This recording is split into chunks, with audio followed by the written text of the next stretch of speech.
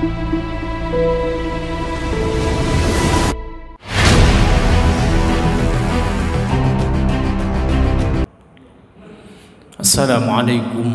warahmatullahi wabarakatuh. Alhamdulillah alladzi 'allama bil qalam 'allamal insana ma lam ya'lam. Asyhadu an la ilaha illallah wahdahu la syarika lah wa asyhadu anna Muhammadan 'abduhu wa rasuluh. Allahumma shalli 'ala Muhammad wa 'ala alihi wa ashabi ajma'in wa man tabi'ahum bi ihsanin ila yaumiddin. Jemaah subuh rahimakumullah. Kita lanjutkan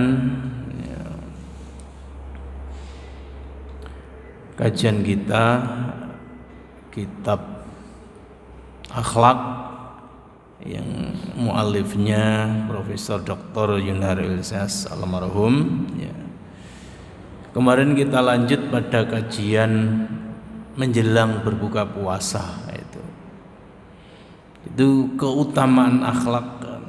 Kemarin pada sampai yang kelima ya.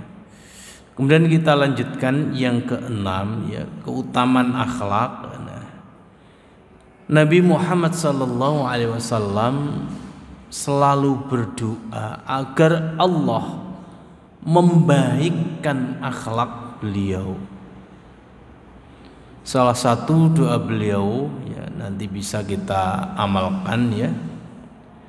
Allahumma hdini li ahsanil akhlaq fa innahu la yahdi li ahsaniha illa anta wasrif anni sayyi'aha fa innahu la yasrif anni sayyi'aha illa anta. Rawahu Muslim. Ya Allah, tunjukilah aku jalan menuju akhlak yang baik, karena sesungguhnya tidak ada yang dapat memberi petunjuk menuju jalan yang lebih baik kecuali Engkau. Hindarkanlah aku dari akhlak yang buruk, karena sesungguhnya tidak ada yang dapat menghindarkan aku dari akhlak yang buruk kecuali Engkau. Hadis riwayat Muslim. Ini keutamaan yang keenam. Jadi Rasulullah itu senantiasa berdoa ya. Beliau sendiri yang diutus oleh Allah ke muka bumi untuk menyempurnakan akhlak. Rasulullah masih berdoa agar senantiasa ditunjukkan, agar senantiasa ditunjukkan ke jalan menuju akhlak yang baik dan dihindarkan pada akhlak yang buruk. Ini Rasulullah jemaah masih berdoa, istiqomah berdoa seperti itu. Apalagi kita ya. Makanya dari itu mari kita ikuti apa yang Allah contohkan kepada kita semua.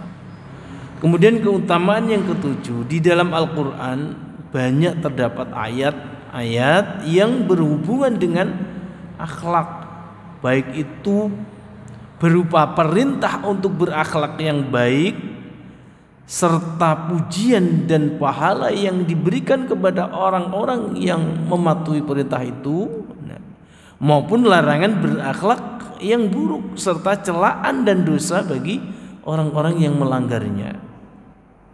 Jadi tidak diragukan lagi bahwa banyak ayat Al-Quran tentang akhlak ini membuktikan betapa pentingnya kedudukan akhlak di dalam Islam. Jemaah subuh rahimakumullah. Kemudian mu'alif kitab ini memberikan penjelasan lanjutan, yaitu ciri-ciri akhlak dalam Islam. Agar kita kenal akhlak di dalam Islam itu yang bagaimana. Jadi di samping kedudukan dan keistimewaan akhlak yang sudah diuraikan pada pasal yang atas tadi, ada 7 ya, kedudukan dan keistimewaan akhlak. Nah, maka kemudian dilanjutkan dengan apa? Ciri-ciri khas akhlak. Nah, jadi ciri khas akhlak di dalam Islam, dalam ajaran kita, yang pertama adalah akhlak Rabbani. Itu ajaran akhlak dalam Islam bersumber dari wahyu ilahi yang termaktub di dalam Al-Quran dan As-Sunnah. Di dalam Al-Quran, ini disampaikan oleh mu'allif, terdapat kira-kira ada 1.500 ayat yang mengandung ajaran akhlak, baik yang teoritis maupun yang praktis. Sungguh banyak sekali ya di dalam Al-Quran yang menyampaikan kepada kita terkait dengan akhlak ini, baik itu yang teoritis maupun yang praktis. Demikian pula hadis-hadis Nabi. Ini amat banyak ya. Yang memberikan pedoman terkait dengan akhlak. Sifat Rabbani dari akhlak juga menyangkut tujuannya, yaitu untuk memperoleh kebahagiaan dunia ini, untuk memperoleh kebahagiaan di dunia ini dan juga kebahagiaan di akhirat kelak nanti. Ciri Rabbani juga menegaskan bahwa akhlak dalam Islam bukanlah moral yang kondisional dan juga situasional, bukan ya, tetapi akhlak itu benar-benar memiliki nilai yang mutlak. Jadi di dalam Islam ini akhlak ini ya tidak diperlukan sebatas kebutuhan kondisional dan situasional, tidak, tetapi setiap gerakan tubuh kita. Gerak tubuh kita itu ya tidak mengenal waktu, ya per detik. Ini apa harus dituntun atau sesuai dengan akhlak Islam. Akhlak ini dibutuhkan oleh kita sebagai makhluk Allah Subhanahu wa taala. Jadi ini mutlak ya sifatnya, bahwa akhlak di dalam Islam ini bagi kita ini nilainya mutlak ya. Kemudian akhlak Rabbani yang mampu menghindari kekacauan nilai moralitas dalam hidup manusia.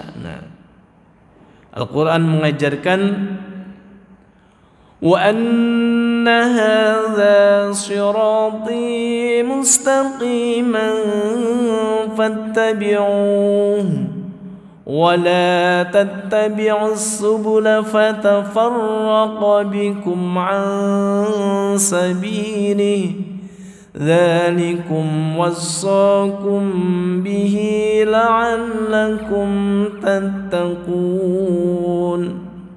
Al-Baqarah 153. Inilah jalanku yang lurus, hendaklah kamu mengikutinya. Jangan kamu ikuti jalan lain sehingga kamu bercerai-berai dari jalannya. Demikian diperintahkan kepadamu agar kamu bertakwa. Ini ya.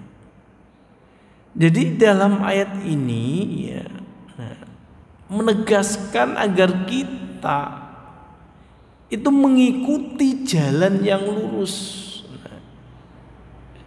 yaitu jalan yang telah Allah tunjukkan, yang telah Allah desain untuk ciptaannya, makhluknya ya, agar kita ini bisa bersatu padu. Kalau kita tidak mengikuti jalan yang lurus ini ya, kita tidak mengikuti petunjuk-petunjuk perilaku kemanusiaan menurut Sang Pencipta, ya yang terjadi apa? Ya perpecahan. semua mengajukan argumentasi kebenaran atas apa yang dia pelajari, atas apa yang dia lihat dari fakta-fakta kehidupan. Nah, kemudian dari situ diolah dari fakta yang dilihat. Nah, ini A seperti ini, B seperti ini. Nah, sehingga membuat argumen bahwa yang benar seperti ini. Nah, kalau sudah itu yang terjadi, kita tidak kembali kepada petunjuk Allah dan Rasulnya, ya perpecahan terus. Karena setiap kepala itu akan pasti punya kesimpulan yang berbeda. Nah, ya, jadi yang pas apa? Ya ta'alau ila kalimatin sawa. Kembali kepada kalimat yang sama, yaitu Al-Quran dan As-Sunnah. Ini jamaah yang pertama, bahwa ciri akhlak dalam Islam adalah akhlak Rabbani. Kemudian yang kedua, akhlak manusiawi. Jadi ajaran akhlak dalam Islam itu sejalan dengan apa? Tuntutan fitrah manusia. Jadi akhlak dalam Islam itu sesuai dengan tuntutan fitrah manusia. Dengan sifat dasar manusia itu sama, apa? Ya, sesuai, sejalan. Jadi kerinduan jiwa manusia kepada kebaikan itu akan terpenuhi dengan mengikuti ajaran akhlak dalam Islam. Di ajaran akhlak dalam Islam itu diperuntukkan bagi manusia yang merindukan kebahagiaan dalam arti hakiki, bukan kebahagiaan semu, bukan. Jadi akhlak dalam Islam adalah akhlak yang benar-benar memelihara eksistensi manusia sebagai makhluk terhormat sesuai dengan fitrahnya. Jadi ini jamaah yang kedua, akhlak manusiawi. Bahwa akhlak di dalam Islam ini sejalan dengan fitrahnya, fitrah manusia, ya. Dan inilah yang dirundukan oleh manusia, ya, bahwa akhlak yang benar-benar, ya, sebenar-benarnya, ya, itu.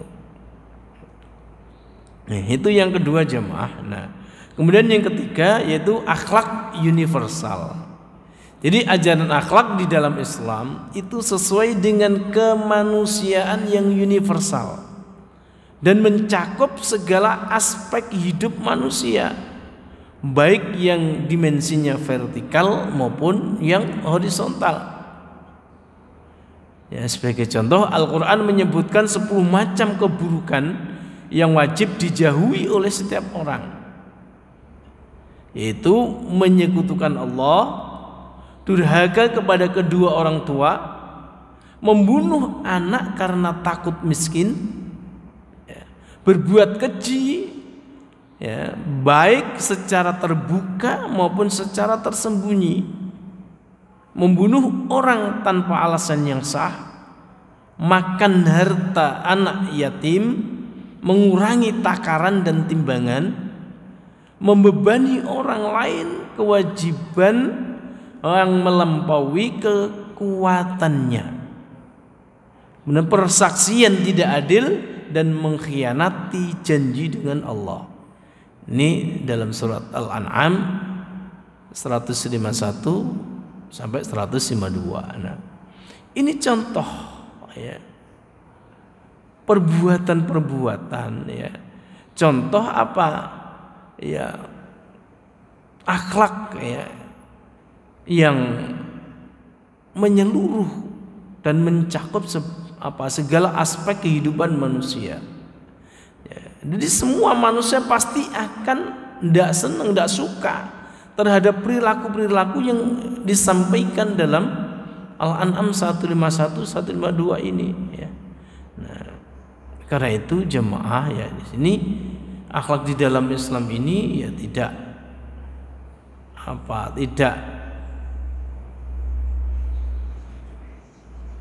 disesuaikan dengan artinya komunitas tertentu, tidak, tetapi seluruh umat manusia apapun ya golongannya, apapun sukunya ya, itu akhlak di dalam Islam itu sejalan dengan manusia dengan berbagai golongan itu ya. Ini yang ketiga, yaitu akhlak universal. Kemudian yang keempat, ciri akhlak dalam Islam itu akhlak keseimbangan ya. Jadi ajaran akhlak dalam Islam berada di tengah antara yang menghayalkan manusia sebagai malaikat yang menitik beratkan segi kebaikannya dan menghayalkan manusia seperti hewan yang menitik beratkan sifat keburukannya saja. Nah, manusia menurut pandangan Islam memiliki dua kekuatan dalam dirinya, yaitu kekuatan baik pada hati nurani dan akalnya, dan kekuatan buruk pada hawa nafsunya. Manusia memiliki naluriah hewani dan juga ruhaniyah malaikat.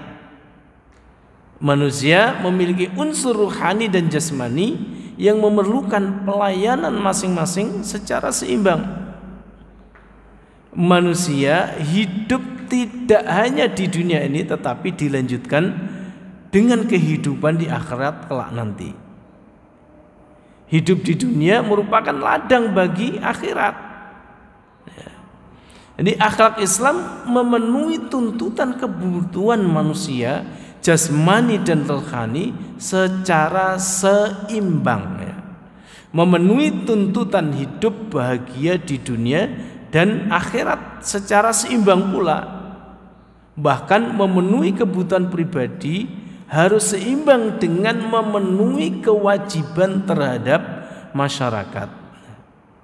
Rasulullah membenarkan ucapan Salman kepada Abu Darda, inna li rabbika 'alaika haqqan wa li nafsika 'alaika haqqan wa li ahlika 'alaika haqqan fa'ati kulladzi haqqin haqqahu. Rawahul Bukhari. Sesungguhnya Tuhanmu mempunyai hak yang wajib kau penuhi, dan dirimu mempunyai hak yang wajib kau penuhi, istrimu mempunyai hak yang wajib kau penuhi. Berikanlah orang-orang yang mempunyai hak akan haknya. Hadis riwayat Bukhari. Yang terakhir jamaah, ciri akhlak di dalam Islam adalah akhlak realistik ya. Itu ajaran akhlak dalam Islam itu memperhatikan kenyataan hidup manusia. Meskipun manusia telah dinyatakan sebagai makhluk yang memiliki kelebihan dibanding makhluk yang lain, tetapi manusia mempunyai kelemahan-kelemahan, memiliki kecenderungan manusiawi dan berbagai macam kebutuhan material dan spiritual. Dengan kelemahan-kelemahannya itu, manusia sangat mungkin melakukan kesalahan dan pelanggaran. Oleh sebab itu, Islam memberikan kesempatan kepada manusia yang melakukan kesalahan untuk memperbaiki diri dengan bertaubat. Bahkan dalam keadaan terpaksa, Islam membolehkan manusia melakukan sesuatu yang dalam keadaan biasa tidak dibenarkan atau diharamkan. Allah berfirman, "Faman ittara ghaira baghin 'ala 'adin fala isma 'alaihi innallaha ghafurur rahim." Al-Baqarah ya 173. Barang siapa terpaksa bukan karena membangkang dan sengaja melanggar aturan, tiadalah ia berdosa. Sungguh Allah Maha Pengampun dan Maha Penyayang. Jamaah, inilah 5 ciri-ciri akhlak yang disampaikan oleh penulis kitab ini ya. Nah, semoga ya 5 ciri ini lebih mengenalkan kita terhadap yang kita yakini sebagai tolak ukur kebaikan kita sebagai manusia.